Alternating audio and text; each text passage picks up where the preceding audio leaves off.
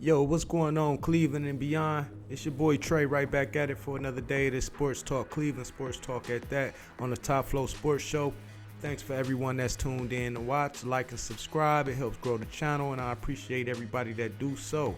Now, let's get straight into it. So, the Cleveland Guardians had the number one pick in the draft. So now the Guardians for the first time in MLB Cleveland history are getting the number one pick, which is good stuff because we're not used to getting that pick. We never got it in our existence since 1960 when the draft started. So that's 65 years of us not, 63 years, I would say, of us not being able to get the number one pick.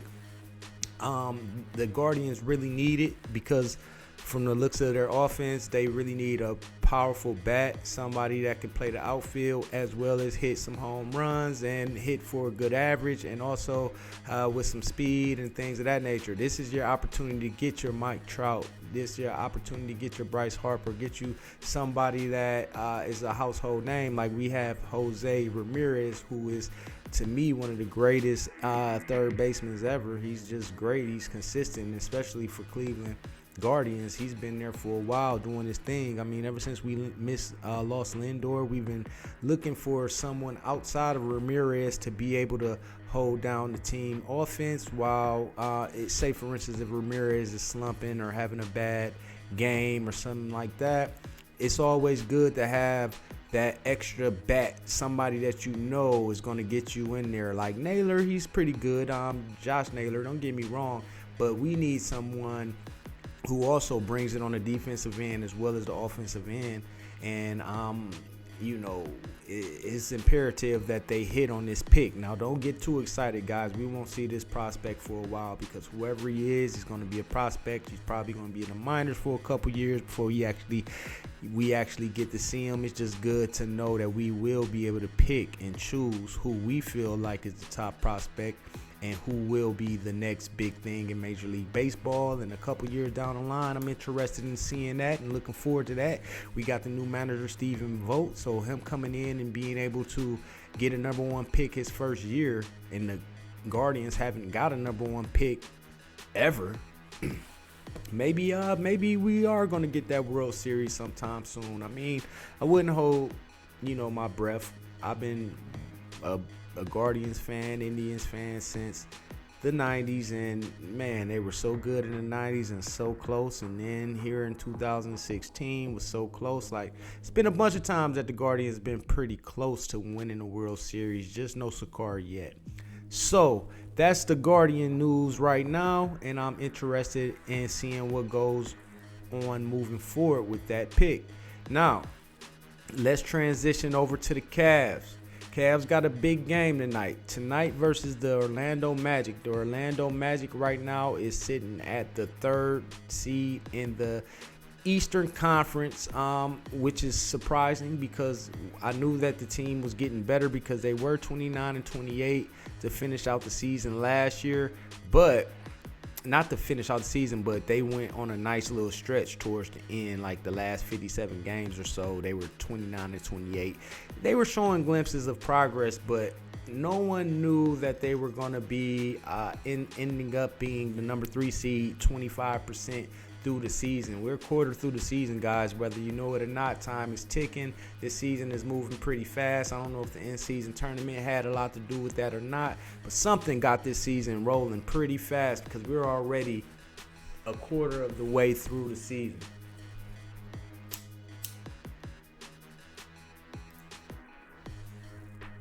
With that being said, we're going to have to play an all-around offensive game because we're going up against one of the stifling defenses in the league right now. This defense is the third ranked defense in the NBA. And considering that the Cavs was number 1 in defense last year and they dropped down to, I think, like 10th or maybe something around there, it's just like, come on, Cavs.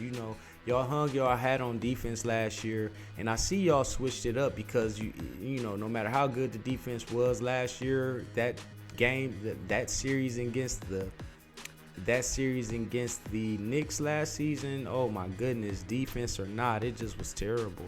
And I guess they were trying to do things a little bit differently this year. It's not going as planned. I mean, it was a very slow start, a bunch of injuries and things of that nature. Now, they have won 7 out of their last 10 games, so they're not just completely out of the mix or out of the loop. It's just not looking as though they are like they made a step from last year. You got Donovan Mitchell now, so you got a superstar on your team. It's time to make hay and start actually, making some noise. To me personally, we should be where Orlando is at.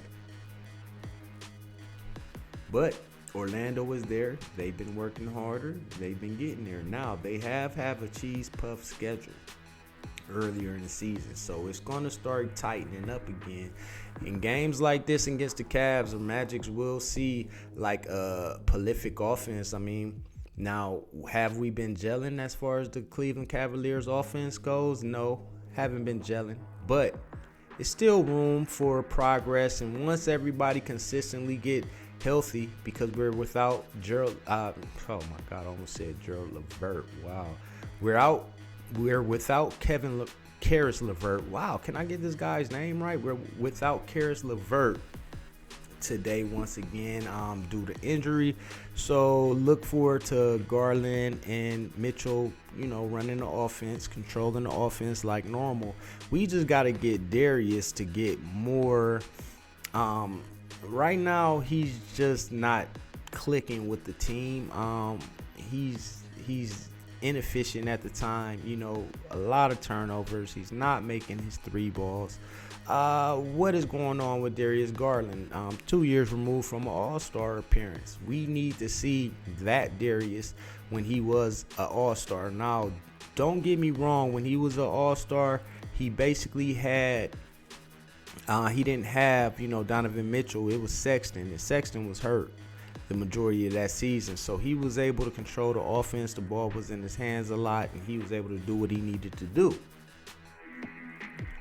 But any good NBA player, if you're really an all-star, you'll be able to adjust and be able to play well with whoever's on the court. He just gotta get that dog about him. You gotta make sure that he's making the right play at the right time.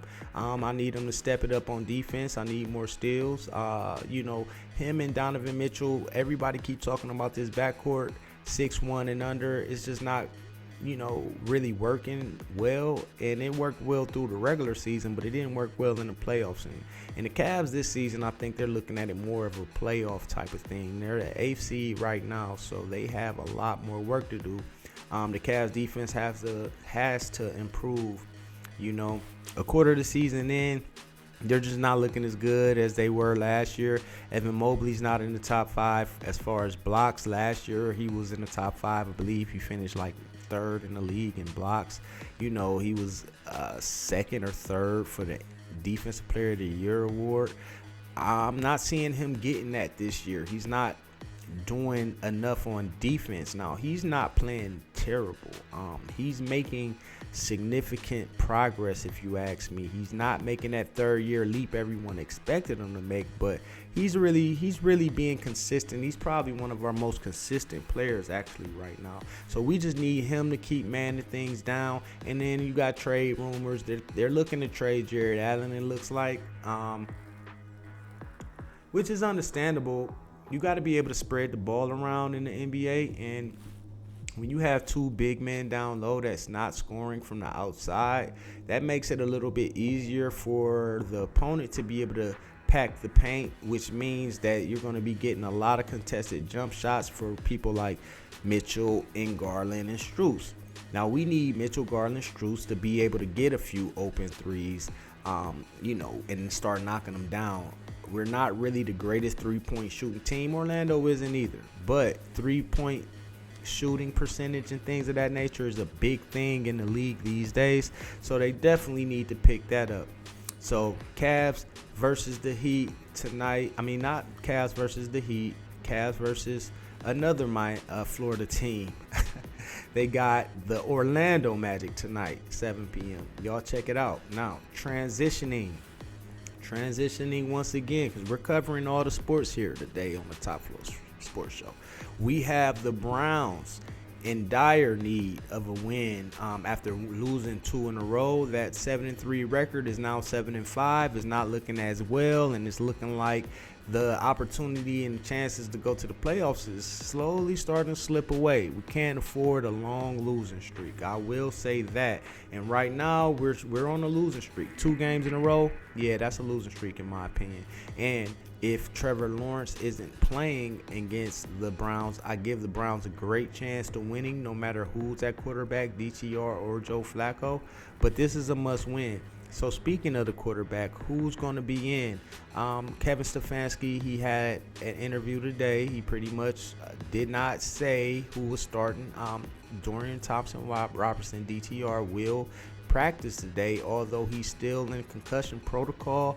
And I don't know if this is just a smokescreen to try to keep Jacksonville on their heels, or if they're considering actually going back to Dorian Thompson-Robinson. I'm not saying that it's a bad move to go back, but I just don't feel like DTR is going to give the Browns the best chance to win. And if you guys watched the show previously from last week, you would have noticed and seen that I had told everybody that Flacco is going to be great out there, and he's going to play better than what we've been seeing out of the Cleveland quarterbacks. And I wasn't wrong. I don't like tooting my own horn, but hey, I got to let you guys know so that you want to subscribe and see what I got.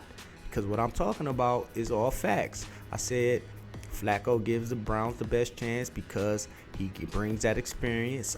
He has control of the huddle. He basically makes timely passes. He has an amazing arm. He'll go downfield. A lot of things that you need to do to open up the offense. Yeah, he doesn't run, but we don't necessarily need that if you're slinging the ball around the field to 9 different receivers. I mean, that was just a great performance. Only 1 interception on the deep bomb.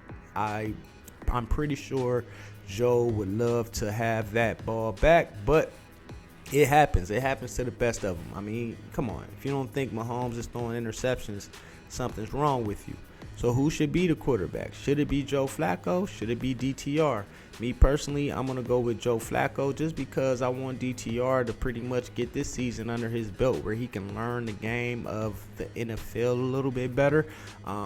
He's had a chance to get out there, so when we do need him, or when the opportunity is called upon him again, it won't be his first time out there, and the jitter shouldn't be as bad.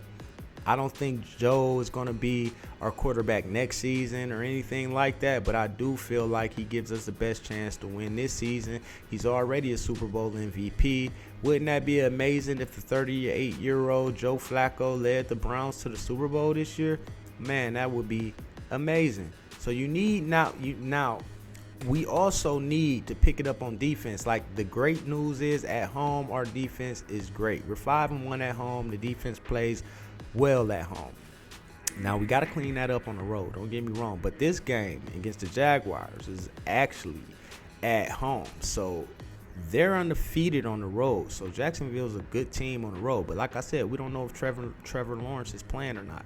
If he doesn't play, I feel like we should continue that, and we'll be 6-1 on the road. If Trevor Lawrence do play, though, it's going to be a dogfight. I'm not going to count the Browns out completely, but depending on the quarterback choice Kevin Stefanski makes, will probably give me a more of an understanding of who I feel like is going to win. I just don't feel like DTR is at that point right now in his career where he's ready to take over games, and if we need a drive to win it. Now, he did give us that drive against Pittsburgh. I'll give him that. But Pittsburgh offense is terrible. Terrible. So those 13 points that we got to win that game behind DTR, I mean, a lot of it has to do with the defense playing really well that game and making sure that the opponent's offense wasn't just scoring a bunch of points. Because imagine if they scored a bunch of points, we weren't moving the ball. We weren't doing enough against the Pittsburgh defense to win that without our defense playing stellar. So keep that in mind.